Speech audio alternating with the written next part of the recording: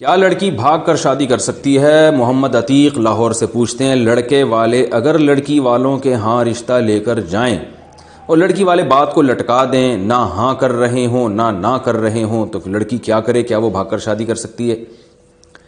लड़की भागकर शादी नहीं कर सकती। बहुत ही मायूब हरकत है ये।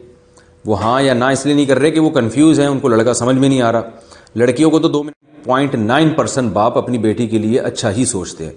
तो अगर कोई बाप ऐसा है कि वो बेटी के लिए अच्छा सोच ही नहीं रहा और उसकी शादी कर ही नहीं रहा है, बिला वजह टरखाए जा रहा है, जैसे होते हैं बास बाप ऐसी कंडीशन में लड़की को चाहिए कि फिर भाई को अपने साथ, यानी बाप नहीं है तो दादा या भाई या चचा, किसी दूसरे वली को एतमाद में लेकर शादी करे। और अगर सारे ही नालायक हैं, कोई भी उसको लिफ्ट कराने के लिए तैयार नहीं है और उसको जनाब वो कहीं कर ही नहीं रहे हैं, सुस्ती से काम ले रहे हैं, ऐसी सूरत में लड़की कोर्ट मैरिज कर सकती है। लेकिन उसमें भी ये ज़रूरी है कि लड़का उसका कुफू हो, हम पल्ला हो, जोड़ का हो।